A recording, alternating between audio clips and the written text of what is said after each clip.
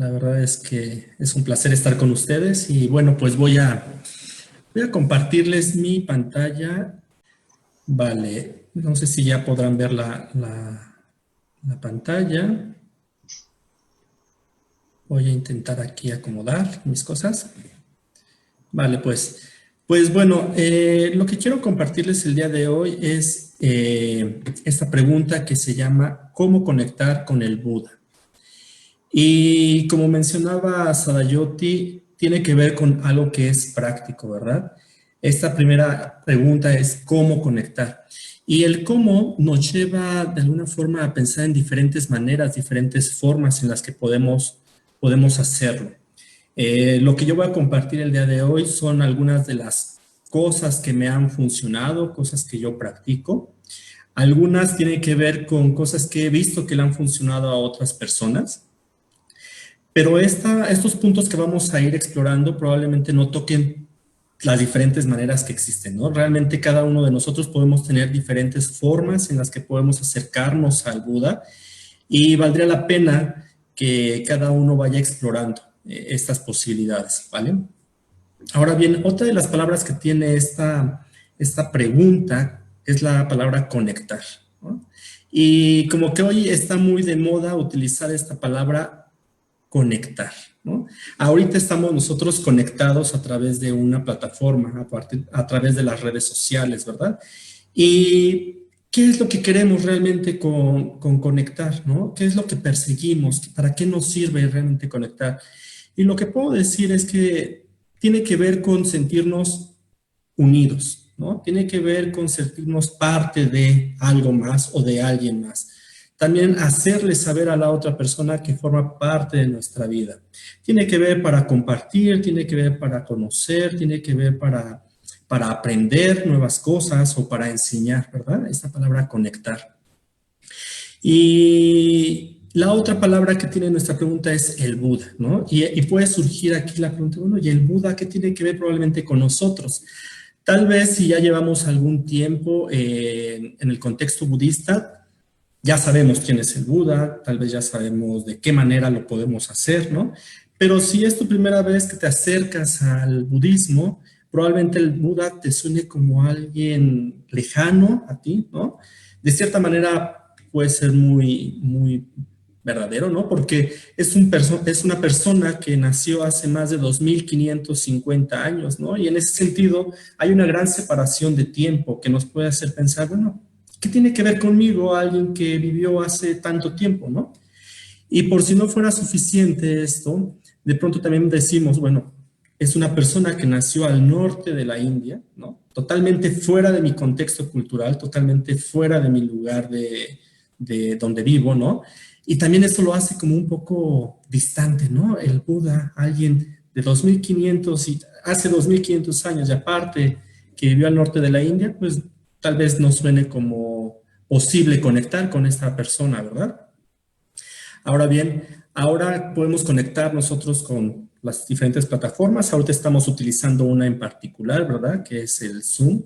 Y además está transmitiendo por una red social, ¿no? Tenemos como esa posibilidad de acercarnos y de estar en contacto con más personas. Y en ese sentido pensaba yo, ¿cuál sería la plataforma con la que podemos conectar con el Buda? Y la plataforma con la que creo que podemos conectar con el Buda justamente es la plataforma de la imaginación, ¿no? Con esta plataforma de la imaginación podemos realmente acercarnos, podemos tener un vínculo directo con el Buda. Y ya saben que para conectarnos a las plataformas, pues necesitamos un usuario, necesitamos una contraseña. Y a mí se me ocurre, ¿no? Que para conectarme con la imaginación, mi usuario puede ser la aspiración de alcanzar lo que el Buda alcanzó. Y la contraseña con la que puedo entrar a esa plataforma de la imaginación sería la fe y el compromiso, ¿no? Esta idea se me hizo como bastante atractiva, ¿no? De una manera como podemos acercarnos al Buda. Ahora bien, para los que no conozcan al Buda y para los que ya lo conocen, voy a hablarles brevemente de quién es el Buda, de quién estamos hablando, ¿no? De quién realmente estamos hablando. Resulta que el Buda nació hace 2500 más de 2550 años al norte de la India. Nació o le pusieron el nombre de Siddhartha Gautama, ¿no? Nació en una familia de guerreros. Se dice que al poco tiempo de que él nació, su madre biológica murió, ¿no? Entonces tuvo ahí un evento muy en particular, que su madre fallece. Realmente pues, no la conoció, ¿no? Nació en esta familia, pues que tenía los recursos suficientes realmente para poder tener una vida mundana confortable, ¿no? Cómoda. En ese entonces se acostumbraba a llevar a los hijos con un adivino, ¿no? Para saber cuál era el futuro de este ser, ¿no? Saber qué es lo que le deparaba la vida, ¿no? Y se dice que cuando llevaron a Siddhartha Gautama con el adivino, pues de alguna forma se auguró que iba a ser una persona, que iba a ser un conquistador de mundos, iba a ser una persona que realmente iba a dejar una huella en el mundo. Y había dos posibilidades. Había la posibilidad de dejar una huella en cuestión de éxito mundano, ¿no? A partir de conquistar más territorio, de conquistar a otras personas. O la otra opción era conquistar a un nivel espiritual. Iba a ser un gran maestro espiritual. Por supuesto que aquí el papá, el gobernador Suddhodana, pues no le pareció muy atractiva la idea, ¿verdad?, de que su hijo fuera un conquistador espiritual, ¿no? Como que le parecía una idea que no, tal vez no se ajustaba a sus planes, ¿no? De expandir su reino, su territorio. De esa manera, se dice que a Siddhartha se le llenó su vida de muchas comodidades, de muchos placeres, obtuvo todo lo que quería, ¿no? Lo que necesitaba, él lo tenía, ¿no? Fue rodeado con todas estas riquezas. Y de alguna forma el papá lo que estaba haciendo era como protegerlo, ¿no? Y como evitar que tuviera como algún otro tipo de distracciones que lo alejaran del plan que el papá tenía para él, ¿no? De esa vida que el papá creía que era lo mejor para él. De esa manera también a cierta edad contrae matrimonio, ¿no? Más o menos como a los 16 años Siddhartha se casa con Yasodhara. Y bueno, también tiene hijos, de tal manera que podemos ver que Siddhartha Gautama, este ser humano, pues lleva una vida muy parecida a la que probablemente alguno de nosotros en el momento presente estamos llevando, ¿no? O pudimos haber llevado. Pero a pesar de que tenía como todas estas comodidades, a pesar de que tenía lo suficiente para aparentemente ser feliz o aparentemente para lo que creemos que debería ser la felicidad, pues Siddhartha no se sentía completamente satisfecho, ¿verdad? Se dice que en algún momento Siddhartha Gautama decide salir, ¿no? Y se topa con unas escenas que lo impactan profundamente, ¿no? Y que reflejan esas escenas lo que cualquier ser humano, cualquier ser vivo puede llegar a experimentar o experimenta, ¿no? Estamos hablando de la escena de la vejez, ¿no? La enfermedad, la muerte, y que son experiencias de vida que de primera instancia, pues la verdad es que nadie las quiere, ¿verdad? Nadie quiere experimentar eso, pero es algo que es una realidad y que tarde o temprano lo vamos a experimentar de una manera más evidente, ¿no? Y tiene una cuarta escena que es ver a una persona, a un renunciante, a un practicante espiritual, que lo ve bastante contento, ¿no? Y Siddhartha piensa que esa manera de vida le puede revelar algo que va más allá de lo que él estaba experimentando. Él piensa que esa persona, ese renunciante, sabe algo para ser feliz a pesar de todas estas dificultades y él quiere saber qué es lo que puede ser. En ese sentido, Siddhartha comienza a tener una serie de conflictos, ¿no? ¿Qué es lo que realmente quiere? ¿Qué es lo que realmente tiene que hacer con su vida? Y toma una decisión. Él sabe que la manera en cómo está viviendo realmente no le está ayudando para alejarse de esas experiencias de vejez, de enfermedad, de muerte. Sabe que eso que está haciendo no es provechoso ni es conducente algo que va más allá de su comprensión. De tal manera que él decide renunciar, renuncia a su vida. Llega un momento en el que dice, hasta aquí, voy a ir al encuentro de eso que no conozco, pero que sé que puede traerme una comprensión mayor de lo que es la vida.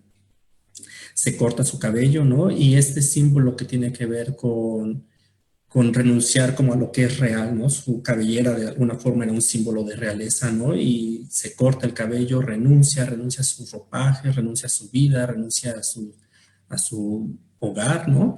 Y se va en la búsqueda de un camino espiritual, se va en la búsqueda de una realización.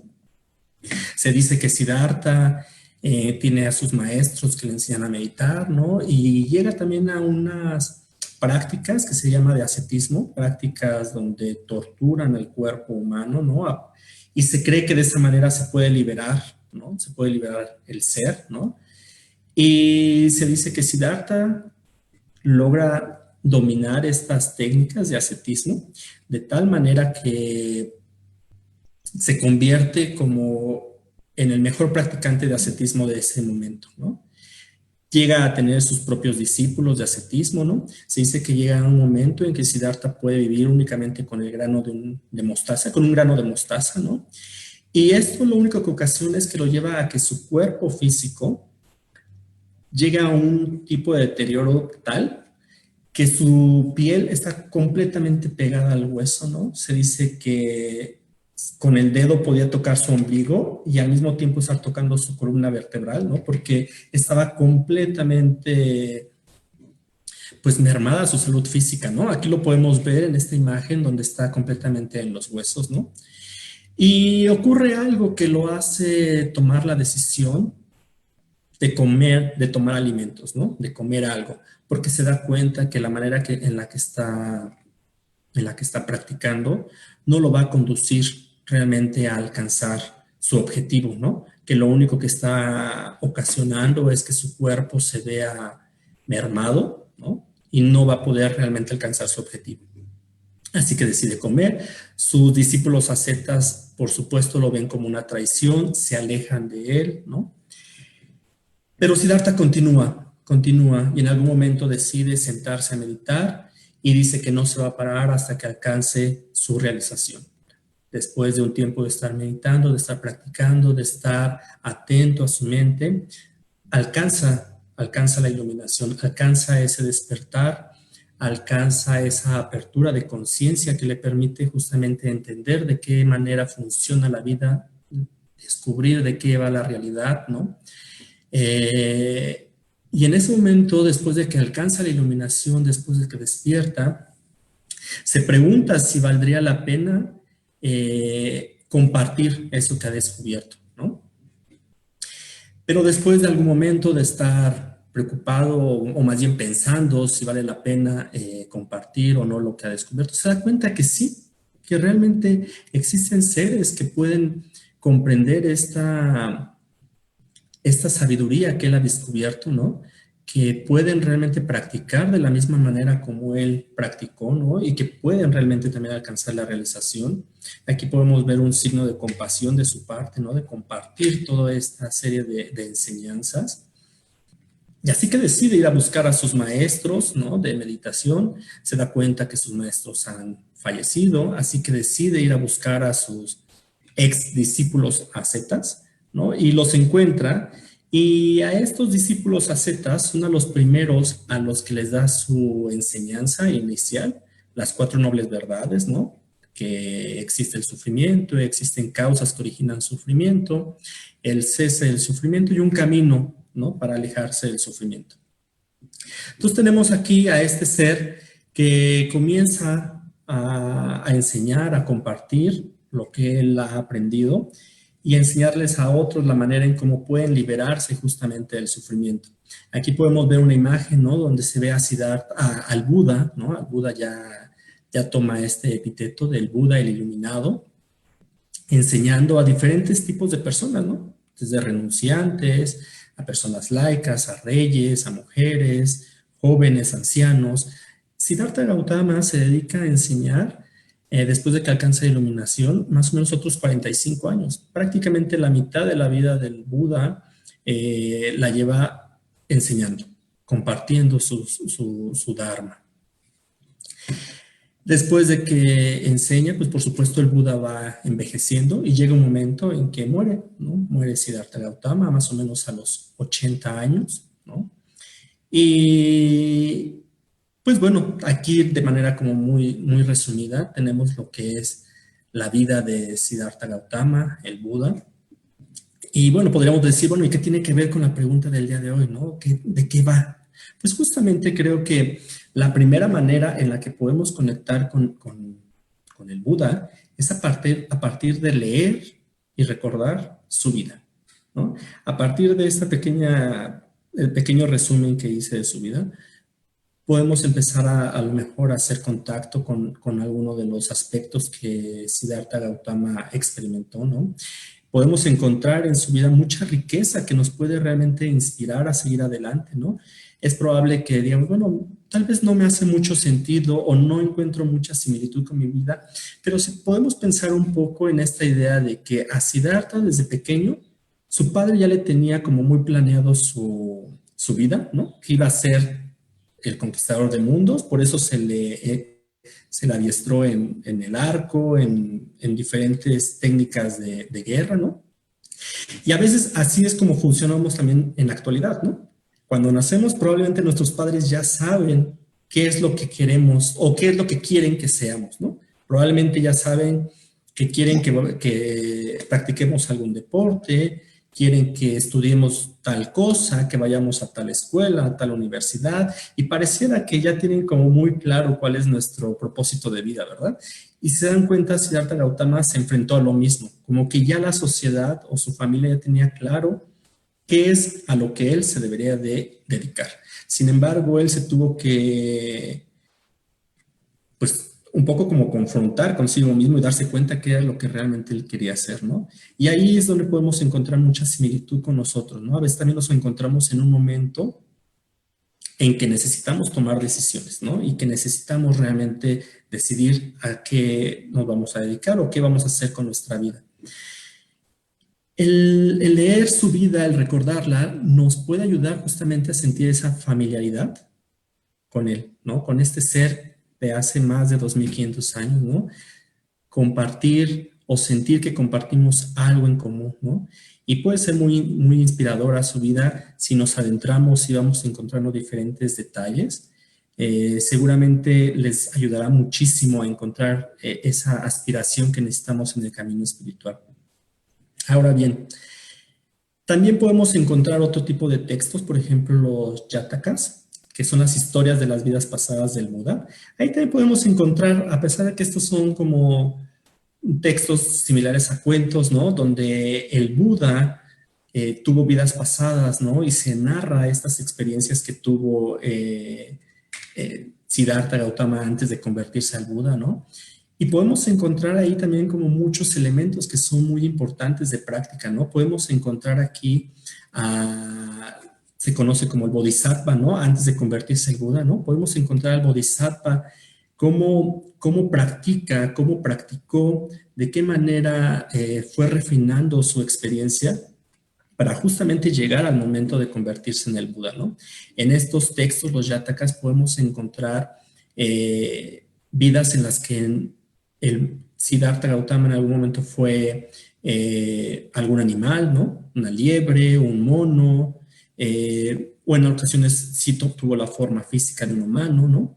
Pero lo que es importante aquí rescatar son las maneras en cómo fue perfeccionando diferentes prácticas para alcanzar la budeidad. Por ejemplo, la generosidad. En esta imagen podemos ver al Bodhisattva, que nació como era en ese momento un ser humano, el príncipe Sattva, ¿no? Y se dice que el príncipe Sattva iba caminando y de pronto se encontró con una tigresa hambrienta que estaba alimentando o intentando alimentar a sus cachorros. Y el príncipe Sattva sintió tanta compasión por estos seres que estaban a punto de morir porque no tenían alimento realmente para poder sobrevivir, que se dice que sin pensarlo dos veces, simplemente ofreció su cuerpo a la tigresa para que pudiera alimentar a sus cachorros. Igual y a lo mejor es una imagen un poco fuerte, ¿no? Porque podemos decir, bueno, y como por qué yo podría, ¿no? Otorgar mi cuerpo si es como lo más valioso, ¿no? Pero ahí podemos ver cómo la generosidad se puede perfeccionar a tal grado, ¿no? Que alguien puede realmente otorgar su cuerpo, ¿no? Puede, con la compasión que siente por los demás seres, es capaz realmente de darse a los demás.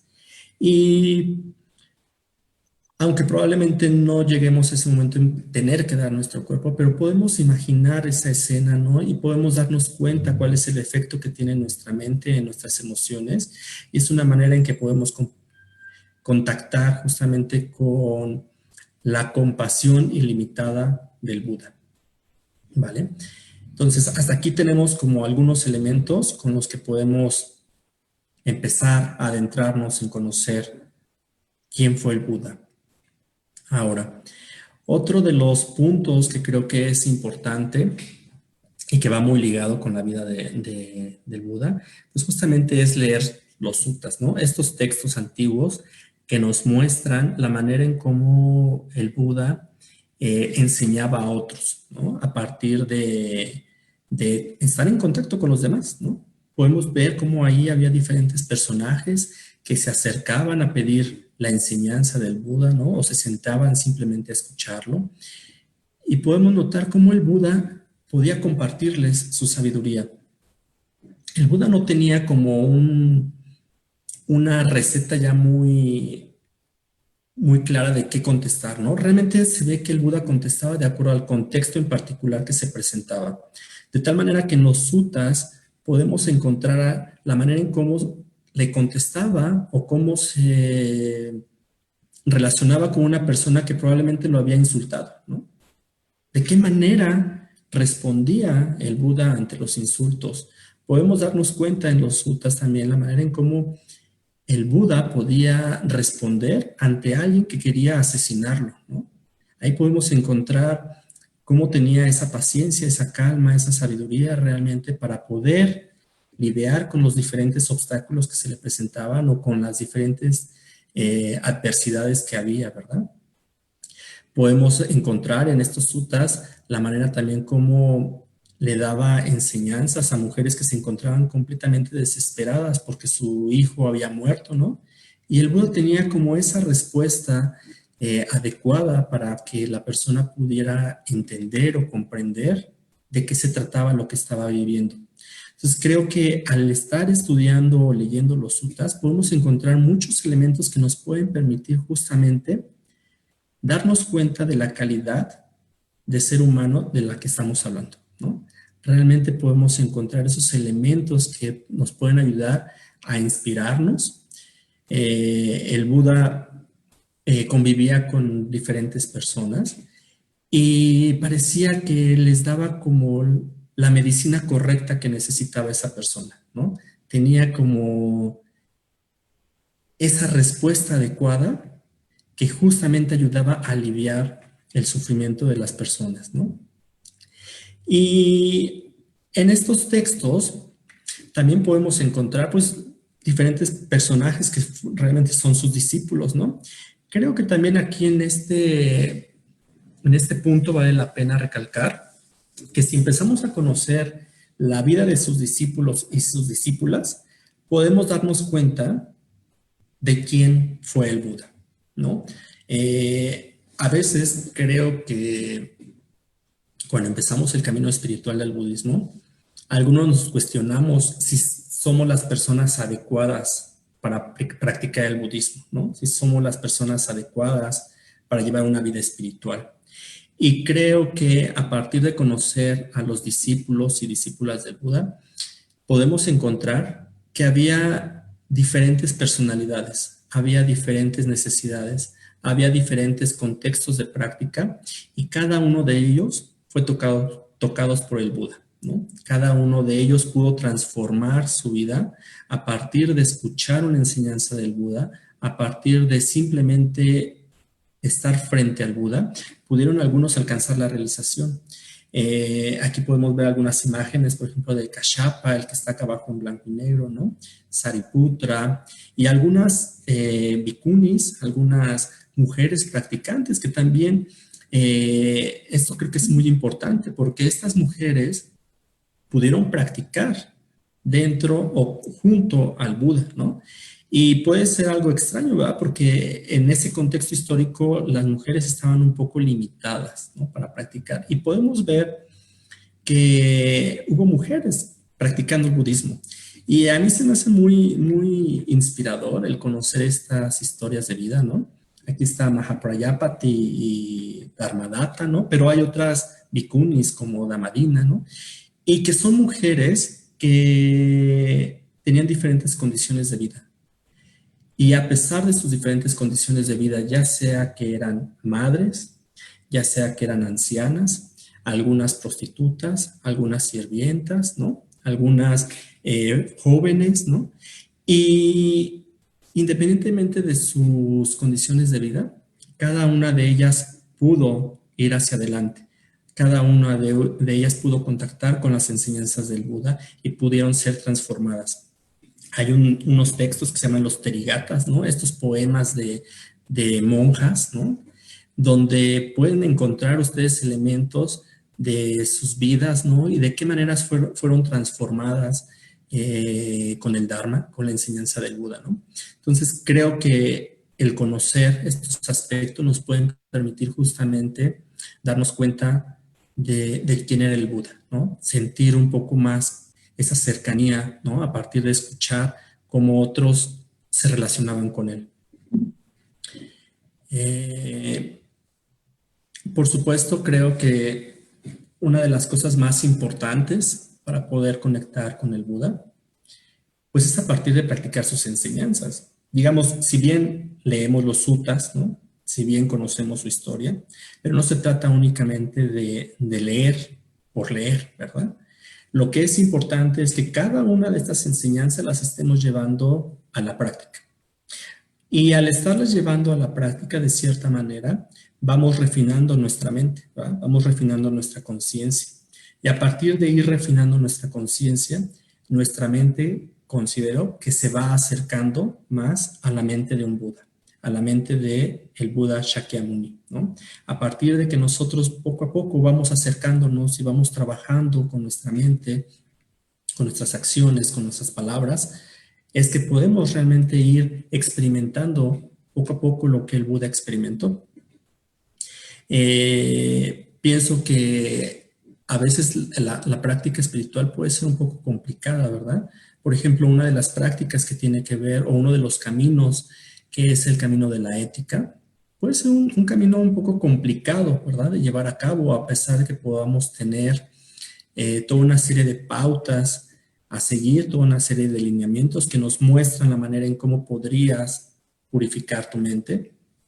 A veces cuesta trabajo realmente llevarlo a cabo cuando nos enfrentamos a diferentes situaciones. Y en ese sentido, creo que cuando nos encontramos con la dificultad de no saber cómo actuar éticamente, una manera podría ser justamente pensar cómo actuaría el Buda. ¿Qué es lo que haría el Buda ante esta situación? Y cuando dejamos que esta pregunta resuene en nuestra experiencia, cuando intentamos conectar con esa manera en que el Buda practicaba, probablemente podamos tener como esa respuesta, ¿no? De cómo podríamos llevar a cabo tal o cual acto. Otro de los caminos que se sigue dentro de las prácticas budistas es el camino de la meditación. Pienso que también a la hora de meditar podemos sentir la presencia del Buda a partir de experimentar nuestro propio cuerpo, a partir de experimentar este momento presente. Porque es a partir de las enseñanzas del Buda, es a partir de esta manera en que el Buda enseñó cómo debemos de practicar la meditación, es que nosotros podríamos estar contactando realmente con nuestra experiencia presente. Y a partir de ahí, de contactar con tu experiencia presente y reconocer lo beneficioso que es, sentir como ese gran agradecimiento, ¿no? Hacia Siddhartha Gautama, hacia el Buda, por haber compartido toda esa serie de enseñanzas. Y por supuesto el tema de la reflexión, ¿no? Reflexionar constantemente sobre lo que el Buda enseñó, reflexionar constantemente sobre lo que implica y sobre la manera en que podemos ir llevando las enseñanzas del Buda. Creo que es muy importante para ir despertando esa sabiduría que necesitamos alcanzar.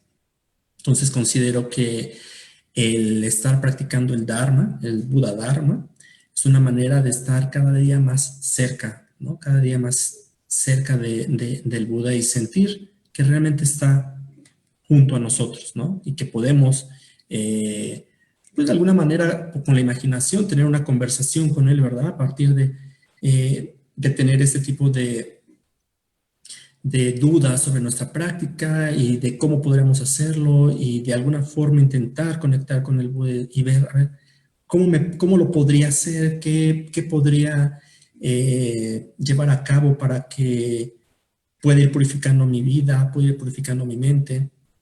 Entonces, a partir de este diálogo creo que podríamos conectar más con lo que es la mente iluminada. Hasta aquí, ¿cómo vamos? No sé si alguien tenga algún comentario, alguna duda, algo que quieran aportar de lo que hemos estado viendo hasta ahorita.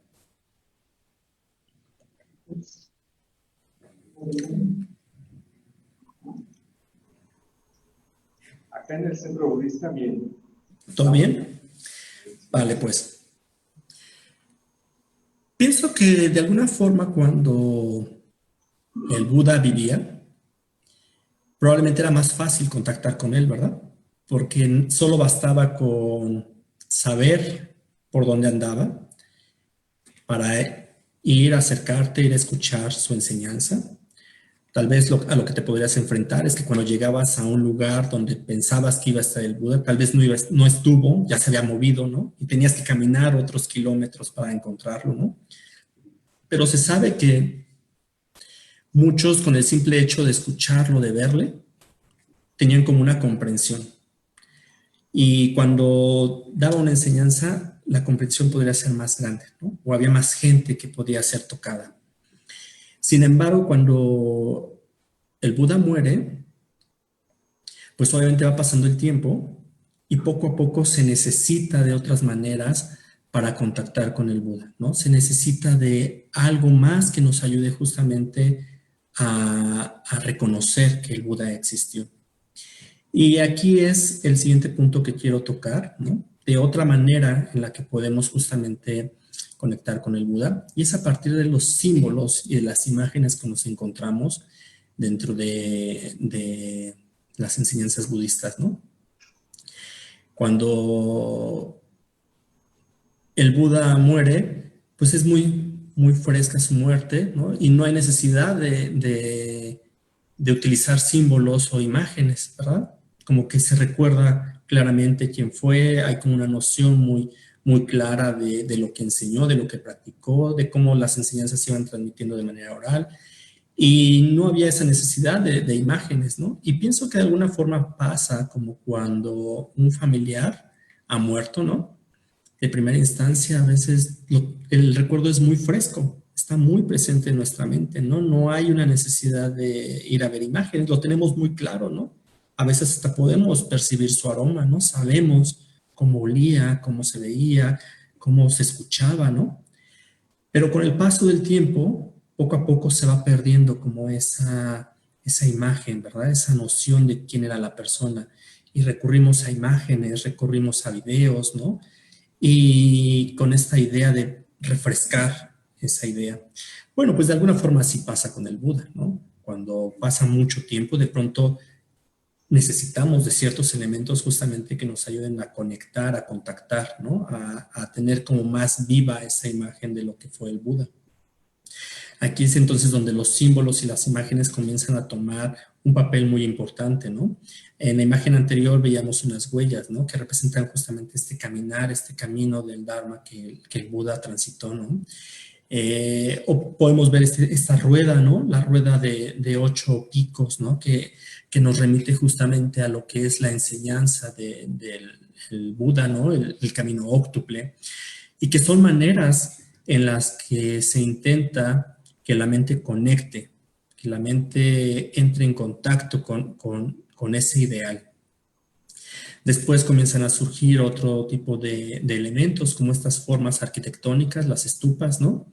Que representan este cuerpo del Buda, ¿no? Y que comienzan a tomar un papel muy importante, ¿no? Que realmente se considera que es una representación del Buda, ¿no? Aquí podemos ver esta imagen con banderitas, ¿no? Y lo que se acostumbra es a rodear estas estupas, recitando mantras, ¿no? Y realmente imaginando que el Buda está presente ahí, ¿no? Entonces podemos ver estos elementos que empiezan a tomar una gran importancia, ¿no? Justamente para que la mente conecte, para que la mente recuerde ese ideal. Aparecen estas esculturas, ¿no? De la imagen que se cree que tenía el Buda, ¿no? Aquí lo podemos ver en piedra.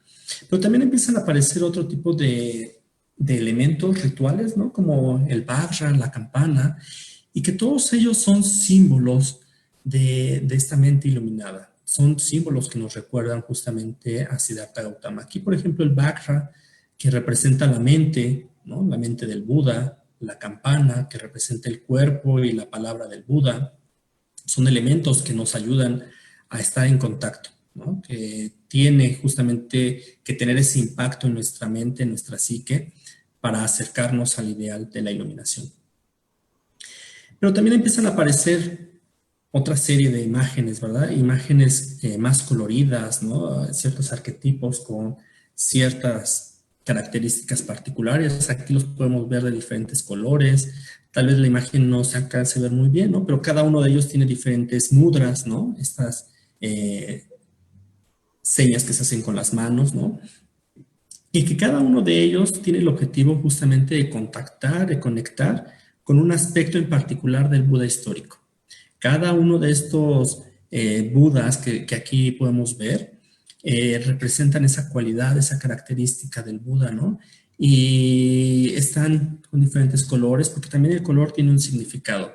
Y entonces lo que nos podemos dar cuenta es que en el budismo no solamente intentamos a través del intelecto comprender la enseñanza, ¿no? Sino que necesitamos ir involucrando nuestros otros aspectos de nuestra personalidad, como lo es lo mental y lo emocional, ¿no? Necesitamos que también esa parte de nosotros se empiece a involucrar, ¿no? En todo este proceso de cambio. Y el inconsciente, ¿no? Pues necesita como de formas, de imágenes, de colores, justamente para que también entre en contacto y comience a transformarse. Entonces aquí es donde estas imágenes, estos arquetipos, toman un papel muy, muy importante. Aquí tenemos imágenes, por ejemplo, de bodhisattvas, ¿no? De estos seres que están intentando alcanzar la iluminación en el beneficio de todos los seres, ¿no? Y cada uno de ellos con diferentes elementos, representando diferentes características, que deben de ser interpretados justamente como elementos o como características del Buda histórico Shakyamuni, ¿no? Realmente todos estos elementos nos deben de llevar a imaginar al Buda histórico, a imaginar esta mente iluminada. Y tienen que ser vistos de esta manera, ¿no? Aquí estas imágenes que vemos, ¿no? Representan al Buda y hoy en día las podemos ver como de una manera más fácil, las podemos encontrar, ¿no? Es más, a veces podemos ir al supermercado, ¿no? Y nos encontramos que ya venden estas imágenes, ¿no? Y digo, tiene como la ventaja de que las podemos encontrar en el supermercado, ¿no? Porque fácilmente las podemos adquirir, ¿no? Pero ahí el objetivo muchas veces es más mercadológico, ¿verdad? Y muchas veces de este tipo de estatuas se utilizan más para una cuestión decorativa, ¿no? Como para una cuestión de que se vea bien en un lugar, ¿no? De pronto hasta son adoptadas como un símbolo de calma, ¿no? Se utiliza mucho como para los spas, como estos lugares donde se intenta obtener relajación. Y la imagen por sí sola sí nos puede transmitir como esa calma, ¿no? Esa tranquilidad que necesitamos. Pero realmente en el contexto budista, estas imágenes no tienen que ser vistas o estas estatuas no se pretenden que sean vistas de esa forma decorativa. Realmente estas imágenes lo que nos están intentando es comunicar ese ideal de iluminación. De tal manera que podríamos ver a estas imágenes, estas rupas, como realmente si fueran el Buda, ¿no? Porque realmente representan ese ideal de transformación al que cada uno de nosotros está intentando acceder. Realmente esta imagen debería ser tratada con respeto, ¿no? De tal manera que podemos encontrarlas en los centros budistas. Por ejemplo, ahí en el centro budista de Cuernavaca podemos ver este pedestal de madera, ¿no? Y encima tenemos esta rupa, tenemos esta estatua, ¿no? Y a los otros centros que vayamos, vamos a ver estas imágenes, ¿no? Y están ahí en el centro de un recinto, están en el centro de este espacio. Y lo que nos están invitando es a contactar con ese ideal de iluminación. Es común que cuando nos encontramos frente a estas estatuas, hacemos alguna reverencia, ¿no? Algún saludo, alguna reverencia, porque reconocemos ese ideal, reconocemos lo que representa, ¿no? Y cuando nosotros le damos ese valor, esa importancia, reconocemos en esa figura al Buda histórico, puede crecer en nuestra experiencia emocional como esa aspiración a ir, ¿no? Esa devoción, esa fe que justamente nos impulsa y nos ayuda a continuar en nuestro camino espiritual. Entonces creo que es bien importante que estas imágenes sean tratadas con respeto y por eso se evita como, por ejemplo, cuando estamos frente a esa imagen, ponerle los pies hacia la imagen, ¿no? Estamos intentando cultivar una cuestión de respeto y mantenemos nuestros pies hacia otra dirección, evitando que vayan hacia el Buda, ¿no? Porque reconocemos que realmente esta imagen es valiosa. Reconocemos que realmente es significativa, ¿no? Entonces, ya sea que tengan rasgos más tibetanos, chinos, japoneses, tailandeses, estas imágenes nos ayudan a ir despertando nuestras energías mentales, emocionales, para ir hacia adelante, para continuar en nuestro camino espiritual. Y en ese sentido, quiero conectar con otro punto que considero que es importante, de las maneras en las que podemos acercarnos o podemos ir contactando con el Buda, y es el tema de los rituales. Esta serie de actos que hacemos de manera repetitiva y que representan algo, que nos ayudan a contactar, que nos ayudan a marcar algo en nuestra vida, ¿no? Es probable que algunos ya hayamos estado en contacto con los rituales budistas, ¿no? Y si no, ahorita vamos a hablar un poco de ellos. En los rituales podemos realmente encontrar una manera de practicar la devoción y la fe que nos impulsa bastante a continuar con nuestra práctica. En los rituales intentamos como apaciguar un poco el intelecto, ¿no? Lo racional, para adentrarnos en algo que es más emocional, donde simplemente nos dejamos llevar, donde simplemente intentamos cultivar la imaginación, cultivar un estado de alegría, ¿no? Hacia nuestro ideal. Estos rituales pueden ser desde preparar un altar, ¿no? Si ha sido algún retiro, a veces se forman estos equipos, ¿no? Para preparar los altares, el altar del recinto, ¿no? Y ahí, cuando uno está preparando el altar, puedes sentir realmente una gran emoción, ¿no? Porque estás preparando, para empezar, tienes esta estatua que representa al Buda, ¿no? Tenemos aquí esta rupa, ¿no? En el centro. Y comenzamos a poner flores, ¿no? Ofrendas, velas, telas de muchos colores. Y si lo hacemos con esta idea de que realmente estamos preparando el espacio del Buda, donde realmente estamos contactando con esa mente iluminada, podemos sentir un gran gozo, ¿no? Al estar ahí poniendo nuestra mejor intención, juntando todas nuestras energías, ¿no? Para que este recinto luzca hermoso, ¿no? Ahí creo que se da un contacto muy directo emocional con el Buda. También cuando hacemos estos saludos, como mencionaba hace rato, ¿no? Al ver una rupa y que haces un saludo, ¿no? Una reverencia, te hincas y te muestras ante él, ¿no? Dando todo tu cuerpo, dando todo tu ser a la práctica, ¿no? Son maneras en las que podemos demostrar nuestro agradecimiento hacia el Buda, nuestro respeto, ¿no? Nuestra veneración hacia este ideal más elevado. En ocasiones también estas prácticas de postraciones, ¿no? Donde totalmente sueltas todo tu ego, ¿no? Te tiras hacia el piso, ¿no? Con todo tu ser, ¿no? Donde pones lo más elevado de tu ser, que es la cabeza, hacia los pies del Buda, ¿no?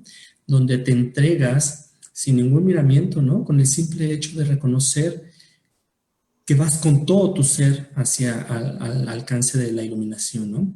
Creo que son este tipo de prácticas muy beneficiosas y, y con las que podemos sentir inmediatamente los beneficios de esa práctica, ¿no? Realmente podemos experimentar a través de hacer probablemente una postración, una emoción que a veces no necesitas explicar, pero que encuentras en tu corazón una respuesta que entra en sintonía con este ideal, ¿no?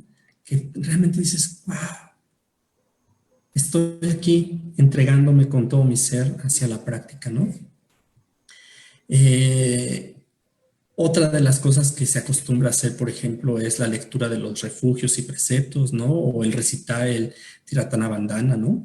Que son textos justamente que nos deberían de ayudar a conectar con el Buda. Si ya dijimos que estas estatuas representan al Buda, si la tenemos ahí en un espacio y encima de todo recitamos estos textos, podemos lograr esa conexión. Ahora, es importante que estos textos, creo, los recitemos con una atención consciente, ¿no? Que realmente estemos atentos a lo que queremos expresar. A veces con la práctica o a veces con la rutina, ¿no? Este recitar de refugios o este recitar el Tiratana Bandhana, lo hacemos como muy en automático, ¿no? Pudiera ser que a veces simplemente lo estás diciendo mientras estás pensando lo que vas a hacer saliendo de la práctica de meditación. O estás recitándolo y estás pensando en algún problema, en alguna dificultad, ¿no? Necesitamos realmente empezar a transformar eso y necesitamos que a la hora de estar recitando estos textos los hagamos con esa atención consciente, ¿no? Donde reunamos nuestras energías psíquicas, mentales, perdón, emocionales, para que nos conecten justamente con este ideal. No solamente recitarlas por recitar, ¿no? De hecho, esto, por ejemplo, estos textos se recitan en lengua pali, ¿no? Se cree que era el idioma que hablaban en la época del Buda, ¿no? Y entonces es una manera, a partir de recitar en pali, es una manera de acercarnos, ¿no? De estar en contacto con ese contexto de idioma que se tenía en ese momento, ¿no? Y además, puedes sentirlos realmente cuando lo haces con atención, puedes sentir, ¿no? Como esa vibración, ¿no? Que hace que te conectes con algo que va más allá de tu comprensión, pero que sabes que es genuino y que es algo como muy elevado. Uno de los rituales que más comúnmente se lleva a cabo dentro de los contextos budistas es la puya, ¿no? Como este evento de veneración hacia el Buda, donde por diferentes etapas se recitan diferentes cantos, ¿no? Se hacen ofrendas y practicas en comunidad, practicas con otras personas que tienen esa aspiración también de alcanzar la iluminación, se recitan mantras, ¿no? Y son momentos en los que te puedes simplemente rendir, ¿no? A lo que está sucediendo, donde tu intelecto no tiene un papel tan importante, ¿no? donde simplemente estás con tu experiencia y estás intentando imaginar cómo sería si realmente el Buda hubiera estado ahí presente o ahí estuviera presente, ¿no? Con esta imaginación de simular que está ahí el Buda, podemos acercarnos a algo que es muy, muy conducente para nuestra práctica espiritual. Muchas personas cuando van a una puya se toman muy en serio el papel, ¿verdad? Y van como si fueran realmente una celebración, te vistes para ir a la puya, ¿no? Te preparas realmente para esta celebración de gozo, de devoción, de fe.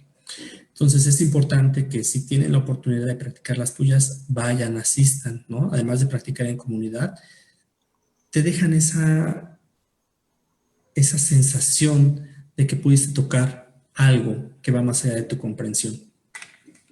Y en ese sentido también el tema de recitar mantras, creo que también es otra manera en la que podemos contactar con la mente iluminada. Si tú recitas el mantra del Buda Shakyamuni, ¿no? Puedes sentir, ¿no? Sentir esa cercanía, puedes hacerlo con esta idea de que estás frente a él y le estás recitando y le estás cantando su mantra, ¿no? O si estás cantando otro mantra de algún otro Buda o Bodhisattva, ¿no?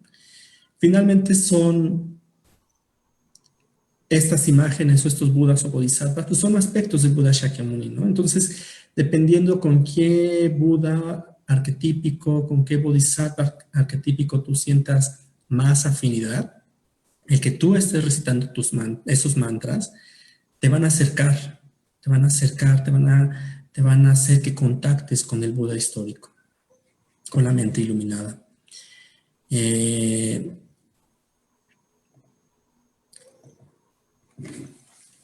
Otra de las maneras en las que también se puede contactar con el Buda, aquí puedo mencionar que no es algo que yo haya experimentado, pero que por el simple hecho de imaginarlo, puedo pensar cómo sería esa experiencia, ¿no? Y es el tema de los peregrinajes, ¿no? Se recomienda asistir a estos lugares que han sido importantes, ¿no? O que son representativos del andar del Buda, ¿no? El lugar donde nació Lumbini, el lugar donde se iluminó Bodh Gaya, ¿no? El lugar donde enseñó por primera vez a sus discípulos ascéticos, Sarnath, ¿no?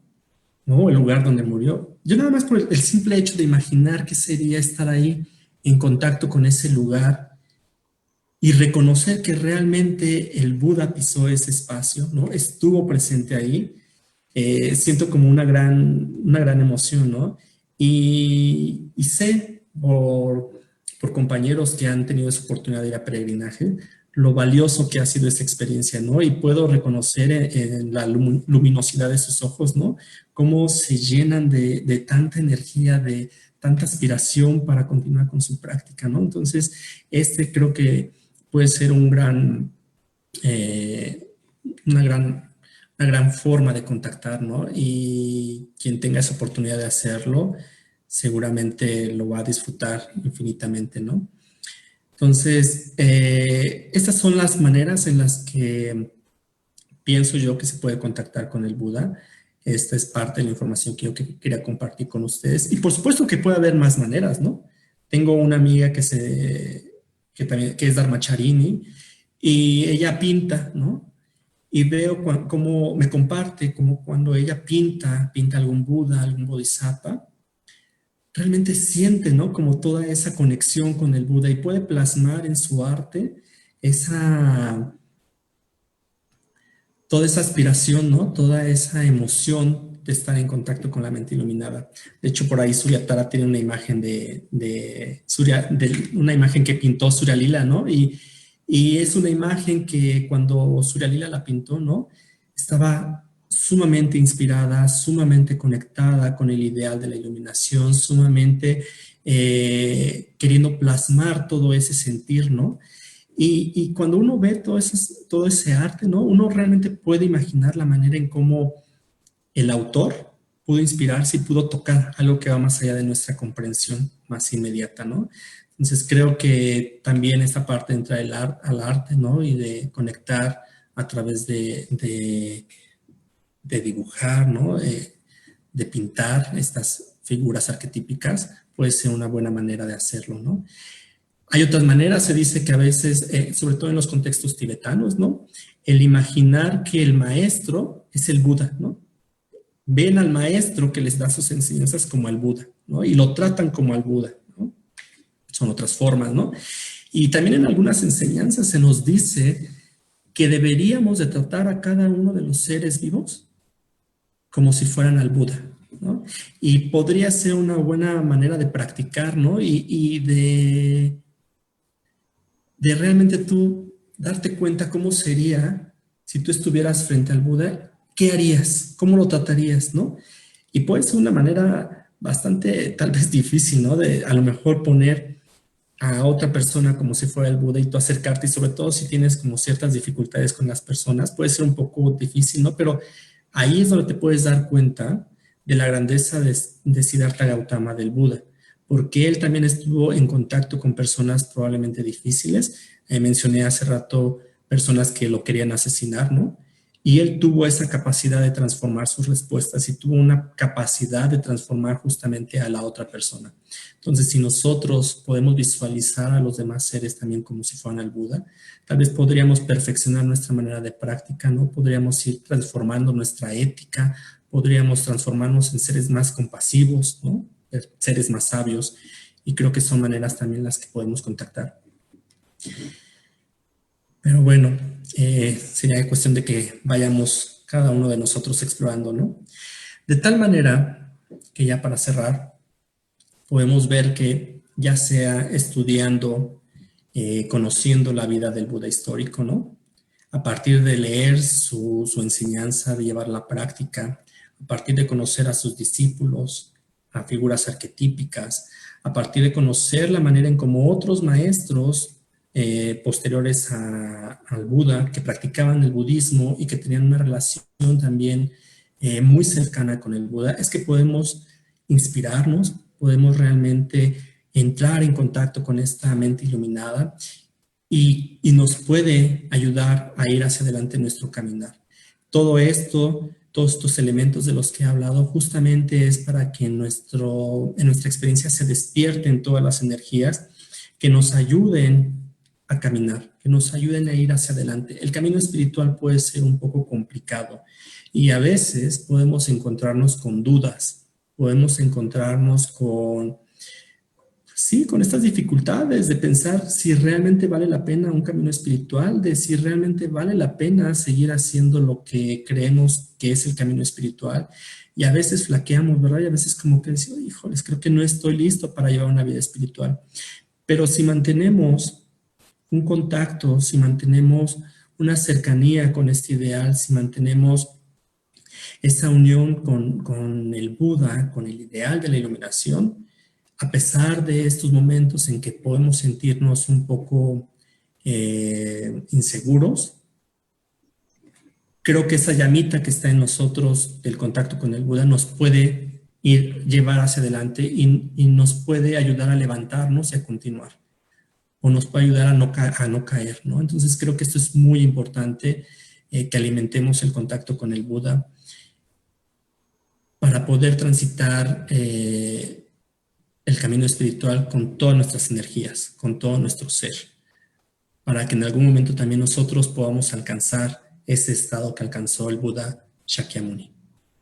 Entonces, esto es lo que quería compartir con ustedes y espero que sea de utilidad. Entonces, no sé si tengan algún comentario. Ahorita, por ejemplo, aunque piensen que usar la imaginación puede ser un poco difícil, ahorita con esta situación que estamos viviendo, tenemos que utilizar la imaginación. Al menos yo tengo que imaginarme quién está en el centro budista, ¿verdad? Porque solamente veo a Sadayoti, no sé quién más está ahí, ¿no? Y tenemos que utilizar la imaginación para saber quién está ahí, ¿no? Veo a Suryatara, pero veo una imagen nada más, ¿verdad? Y tengo que imaginar cómo era convivir con ella, cómo es sentirla de manera presencial, ¿no? Entonces, la imaginación es muy, muy importante para poder conectar, no solamente con los otros en el momento presente, ¿no? Sino también para conectar justamente con el Buda, ¿vale? Entonces, Si alguien tiene algún comentario o alguien quiere compartir con nosotros de qué otra manera conecta con el Buda, creo que podría ser un buen momento para hacerlo.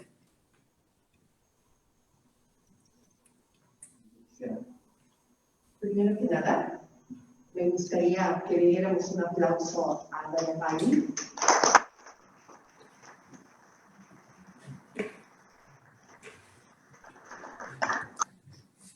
Espero que sí oigas Dayapani, no nada más lo imagines. Gracias. Un aplauso aquí en el Centro Budista de Cuernavaca.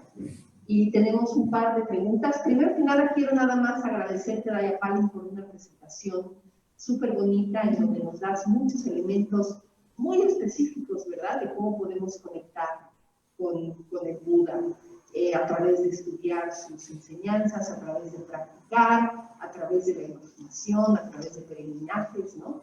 Nos das puntos muy específicos a través de los cuales podemos contactar con el Buda, ¿no? Yo tengo por ahí un par de preguntitas, pero quiero dar la palabra a personas que están aquí con nosotros y que quieren hacer algún comentario o pregunta. Te animo que pases por aquí enfrente, mira, para que él te vea, ¿no? Para que él te vea, mira, aquí está, aquí tenemos Hola, a hola. Ramón, que te quiere hacer una pregunta, Dayapani. Realmente es una pregunta, muchas gracias. Más bien es agradecerte, la verdad es que tu conversación me llenó de calma, de tranquilidad, de paz, creo que fue muy amorosa, muy bondadosa. Y creo que una de las palabras que mencionaste mucho pues, es conectar, ¿no? Conectar con Buda, conectar creo que también con la comunidad, es algo muy importante. Yo te lo digo desde un punto, pues, desde un ángulo, pues, desde principiante, es la primera vez que vengo aquí. Y la verdad es que me hace mucho sentido lo que platicas, lo que conversas. Nuevamente te digo agradecértelo. Y creo que todo esto, pues al final es cómo conectar y para qué conectar también, ¿no? Sobre todo esta parte de, yo así lo entiendo y lo diré en palabras como yo lo entiendo y la manera más breve es como tratar de buscar, pensar, hacer lo correcto, el tratar claro, de mantenerte en este despertar o buscar, encontrar este despertar en donde aparentemente es muy fácil entender que el despertar es hacer lo correcto para otras personas, para ti mismo y la consecuencia que va trayendo toda esta rueda para sí mismo, creo que es lo que nos va a mantener, pero coincido contigo con que es complicado, es difícil hacer siempre lo correcto, lo ético, lo moral, es difícil porque no somos Buda, queremos utilizar su vida como un ejemplo, pero la realidad es que es complicado y lo mejor por eso es mantenerse aquí, mantenerse en contacto con personas que tienen esta misma ideología o esta misma tendencia, porque al final del día pues estaríamos haciendo lo correcto, ¿no? Y solamente agradecerte tu conversación, tu charla, muchas gracias. Muchas gracias por tus comentarios. Sí, ¿verdad? Es complicado de pronto este andar, ¿no? Y necesitamos como el apoyo de la comunidad espiritual para que te vaya como empujando, ¿no? Y te vaya sosteniendo a la vez que tú vas sosteniendo a otros, ¿no? Porque de pronto es como ir nadando contra corriente, ¿verdad? Como que el mundo pareciera que va funcionando con otra dinámica, ¿no? Y cuando intentas llevar estos ideales, puede ser un poco complicado, ¿no? Pero también es importante como pues ser pacientes y ser amables con nosotros mismos e ir poco a poco, ¿no? Poco a poco. El mismo Buda, en el momento en que practicó el ascetismo, se dio cuenta que no era el camino adecuado, pero siguió, ¿no? Fue determinante, sabía que necesitaba alcanzar algo y pudo continuar, ¿no? Entonces, aunque a veces sentimos como que, híjole, está difícil, cuesta trabajo, ¿no? Pero no quitar el dedo del renglón, ¿no? Ir poco a poco, poco a poco. Gracias. ¿Alguien más tiene alguna pregunta o alguien que esté viéndonos desde Facebook nos puede escribir? Bueno, no, de hecho pueden interactuar, o las personas que tenemos en Zoom, si alguno de ustedes quiere hacer una pregunta. Probablemente no los estamos viendo todos en la pantalla, entonces si quieres intervenir, simplemente interven. ¿Interven? Así se dice. Puedes intervenir. Dime, mucho del énfasis ahorita de estas series sobre budismo práctico, pues tienen que ver precisamente con lo práctico, ¿verdad? Y bueno, para nosotros que somos budistas, nos estás dando una serie de elementos prácticos de por qué querríamos conectar con el Buda, ¿no? Para poder llevar nuestra práctica a mayor profundidad, para mantenernos inspirados con nuestro caminar, ¿no? Pero se me ocurría, para personas que no son budistas, Dayapali, ¿qué recomendaciones o por qué querríamos conectar con la figura del Buda? Para personas que no son budistas, ¿vale la pena tener a la imagen o a la persona o a la historia del Buda en mente por alguna razón? ¿Tú qué le dirías a los no budistas que de todas maneras probablemente están aquí con nosotros y que se inspiran con la imagen del Buda? ¿Por qué sería interesante, por qué sería útil conectar con el Buda? Qué pregunta tan interesante, ¿verdad? Lo primero que se me viene a la mente es como justamente para tener esta posibilidad de cambio, ¿no? Esta posibilidad de transformación, ¿no? El Buda te da esa oportunidad, ¿no? De transformar y de dejar de sufrir, ¿no? Mucho de lo que constantemente estamos experimentando conlleva este sabor de insatisfacción, ¿no? De sufrimiento. Y creo que en el Buda, en el budismo, podemos encontrar como estos elementos que nos ayudan justamente a dejar de sufrir, ¿no? De encontrar una manera más efectiva de funcionar, ¿no? Una manera en la que podemos encontrar la felicidad y que no precisamente va a ser en cuestiones, en objetos, ¿no? Sino que tiene que ver un poco más con la cuestión de experiencia. Entonces, en el budismo podemos encontrar esos elementos que creo que los puedes practicar independientemente de tu creencia, ¿no? Gracias. Sí, gracias, muy buena respuesta. Todos ahorita decíamos aquí con Shannon, ¿no? Seas budista o no seas budista, todos sufrimos, ¿verdad? Y probablemente desde la perspectiva del budismo tenemos herramientas que nos pueden ayudar a lidiar con esa experiencia humana de una manera más efectiva, ¿no? ¿Alguien más? Sí. ¿Algunos de ustedes tienen? Sí, Salvador, vente aquí para que te vea la gente que nos está viendo en Facebook, sobre todo para que te vea Dayapali, ¿vale? Mira, si tú te pones aquí en frente. Hola Dayapali, me da gusto verte. Hola, ¿cómo estás? Muy bien, bueno, agradecerte por esta excelente plática, la verdad es que fue muy inspiradora. Y también preguntar dos cosas, ¿no? Hablabas, ¿no? De ¿cómo se llama? La plataforma era la imaginación, ¿no? Y que la aspiración era el usuario y la contraseña es Radha, ¿no? La fe. No sé si como que podrías hablar como más como de esas dos, ¿no? De la aspiración y de la contraseña y la aspiración, ¿no? Cómo poder utilizar más en eso. Es una forma en la que se me ocurrió, ¿verdad? Realmente de cómo unir estos elementos de una plataforma. Y yo recuerdo que la primera vez que escuché una charla sobre budismo, surgió como esa chispita de que había algo más, ¿no? De que realmente necesitaba conocerlo, ¿no? Y que me hacía sentido con lo que yo pensaba, la manera en cómo resonaba. Entonces, poco a poco, conforme va uno conociendo más elementos del budismo, más el Buda Dharma, más al Buda, surge como esa aspiración de realmente de que yo quiero alcanzar eso, ¿no? Quiero realmente ser un ser que ayude a los demás, quiero realmente ser un ser compasivo, ser un ser sabio, ¿no? Por el beneficio de todos, ¿no? Entonces, esta aspiración, de alguna forma, creo que es lo que nos mueve a poder continuar en una práctica espiritual, es lo que constantemente hace que estemos practicando y que nos estemos sentando a meditar y que nos estemos poniendo a estudiar, a reflexionar, a practicar la ética, ¿no? Es esta aspiración de querer alcanzar lo que el Buda alcanzó, ¿no? Y inmediatamente lo que surge, pues también es esta fe. En el budismo la fe es sinónimo de confianza, ¿no? De confiar no es una confianza ciega, ¿verdad?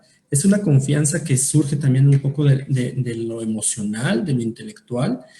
Es una confianza que puede ser comprobable, ¿no? Entonces, al practicar las enseñanzas budistas, puedes tener fe en ellas porque puedes ver los resultados inmediatamente. O sea, no es nada más algo que piensas que va a pasar, ¿no? Realmente cuando tú practicas la meditación, puedes experimentar la calma, ¿no? Y puedes experimentar el análisis de tu mente, ¿no? Y confías en que si lo haces de esa manera, vas a ir poco a poco profundizando. Cuando tú practicas la ética, ya sea generosidad, ya sea que practiques la compasión, puedes darte cuenta inmediatamente de los resultados, ¿no? Y tienes esa fe en que esa práctica realmente te está dejando frutos, ¿no? Y que además está ayudando a otros, porque no solamente comienzas a ver los frutos en ti mismo, sino que comienzas a ver los frutos en los demás, ¿no? Los demás se sienten más beneficiados probablemente de tu actuar, ¿no? Si tú practicas la generosidad, probablemente alguien más se va a ver beneficiado, ¿no? Entonces creo que cuando comienzas a tener la confianza en que las enseñanzas budistas realmente dan frutos, es que puedes continuar con esa aspiración para alcanzar lo que el Buda alcanzó. No sé si contesté la duda de Salvador, ¿no? Pero es lo que pienso. Muchas gracias, Dayapali. Creo que tenemos otra duda de Paolo, ¿verdad? Sí. ¿Quieres pasar enfrente para que te veas? Mira, porque aquí estamos filmando la pantalla. Ahí está Paolo. Hola, Dayapali. Paolo. Hola, mucho gusto. Mira, gracias por tu plática. En estos últimos meses, a partir de enero, febrero, con esa situación de la pandemia mundial, que nos está haciendo reflexionar sobre nuestra vida y el cambio, como dice Buda, ¿no? Nada es permanente, todo cambia. En lo personal, me conecto con él con dificultad a través de ahora que fallecieron mis padres el año pasado y mis hijos se fueron a Europa. La soledad me hace reflexionar con esa pandemia, ese encierro, ese cambio de vida tan profundo, teniendo muchas angustias sobre el futuro próximo de la humanidad. Y en mi ser me conecto a través del miedo a la muerte, a la enfermedad, a la soledad, no solo para mí que la estoy viviendo, inesperadamente, en menos de 2 años, cambió todo. Uno no está preparado para estos cambios de una manera inmediata y se tiene que aferrar de un ser iluminado como el Buda. Ahora me invitaron a un centro de drogadicción donde quiero experimentar el sufrimiento y el dolor de otras personas que enferman de todas las edades, piensan y actúan en una codependencia terrible con las drogas, pensando y actuando con agresividad hacia sí mismo con el suicidio, la agresión y el miedo a la soledad, a la enfermedad y a la muerte. Si me pudieras comentar algo, porque resulta muy, muy difícil en esas circunstancias tener una profunda conciencia de fe en uno mismo y en la humanidad. Gracias. Muchas gracias. Lamento mucho lo sucedido. Qué difícil va de pronto encontrarnos ante situaciones que tarde o temprano todos vamos a experimentar, ¿verdad? Y que no son fáciles y que por supuesto quisiéramos un alivio inmediato, ¿verdad? Pero que justamente también son momentos de mucha reflexión, ¿verdad? Donde el estar en contacto con la muerte nos tiene que llevar justamente a reflexionar de la importancia de la vida. O sea, el estar en contacto con la muerte también te hace recordar que existe la vida y que existe esa posibilidad de transformarse en este momento y que no estamos tampoco solos, ¿verdad? Es como importante también darnos cuenta de que no somos los únicos que sufrimos y que no estamos solos y que en una comunidad espiritual podemos encontrar justamente como ese abrazo que necesitamos para poder ir adelante, ¿no? Las experiencias humanas, como las que mencionaban ahorita, pues no se pueden como que resolver con un chasquido, ¿verdad?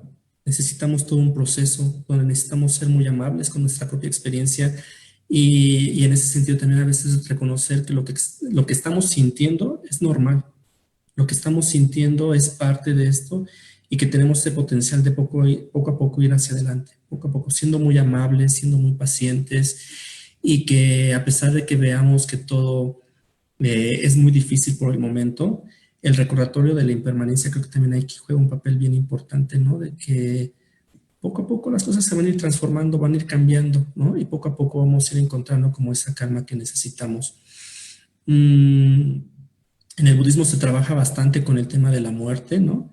Y a pesar de que constantemente estamos reflexionando en ella, cuando llega el momento difícil, no significa que aquí, sí, yo he reflexionado mucho tiempo en la muerte y ahora no me duele. No, por supuesto que va a doler, ¿verdad? Por supuesto que es una situación muy complicada y es una situación que no quisiéramos experimentar, pero el budismo nos da esas herramientas justamente como a no negar la experiencia, a darte cuenta qué es lo que estás experimentando y a no añadirle más sufrimiento a la experiencia que ya por sí misma es dolorosa. Si ya la experiencia por sí mismo pesa, con la práctica de la atención consciente lo que estamos intentando a lo mejor es ya no añadirle más capas de sufrimiento, ¿no? Y quedarnos únicamente con la experiencia que por sí misma es dolorosa, ¿no? Pero que si la empezamos a ver, la empezamos a abrazar con compasión, con amabilidad, se puede ir transformando poco a poco, ¿no? Y podemos ir encontrando respuestas, ¿no? Y a veces las respuestas no van a ser justamente las que queremos, porque lo cierto es que a veces queremos que el alivio llegue como queremos que llegue y en el momento en que queremos que llegue, ¿no?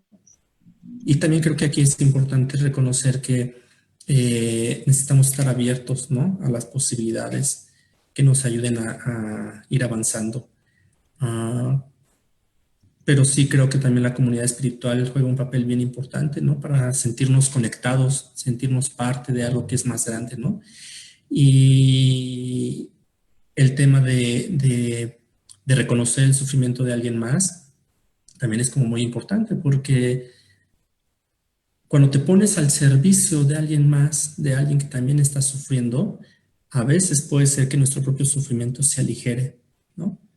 A través de justamente tú darte, a partir de tú compartir tus experiencias, a partir de tú ayudar, ¿no?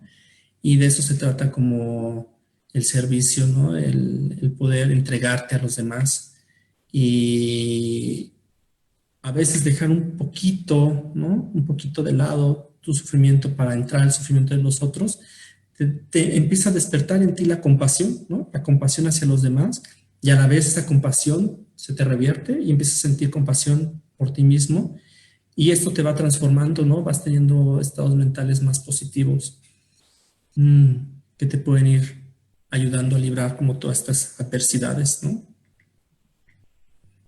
Creo que eso es lo que pienso ahorita, pero definitivamente pienso que no es fácil. Bueno, Dayapalin, pues nos podemos ir despidiendo, por ahí te están agradeciendo, Chalmati te está agradeciendo. Gracias. Y todos los que estamos aquí presentes, pues también te agradecemos mucho tu disposición, tus reflexiones tan importantes, tan puntuales, tan ricas, tan completas, ¿no?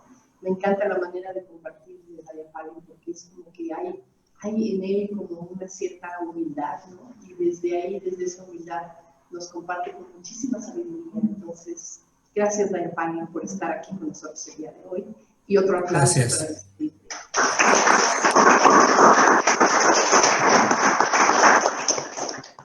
Muchas gracias y gracias a todos los que nos nos acompañaron desde Facebook o desde Zoom. Por aquí seguimos presentes. Muchas gracias a todos. Gracias. Ojalá puedan pasar la cámara para ver a los que estuvieron ahí. A ver, vamos a pasar la cámara. Espérate. Vamos a pasar la cámara. A ver, ¿puedo desconectarte aquí, tantito? Bueno, a ver, déjame pasar la cámara. Mira, aquí tenemos a ver, Yamil, ahí está. Por allá del otro lado tenemos a Sharon, Ramón, Susana, tenemos por allá a Paolo, a Gonzalo. Hola, Gonzalo. Palin, ahí está. Mati. Rodrigo también, Qué que ya gusto. se fue. Sí. Bueno, muy bien. Aprender a conectar de estas formas ahora. Muchas gracias. Un abrazo a todos. Gracias. Nos desconectamos entonces ya. Vale, Gracias. bye. Un abrazo.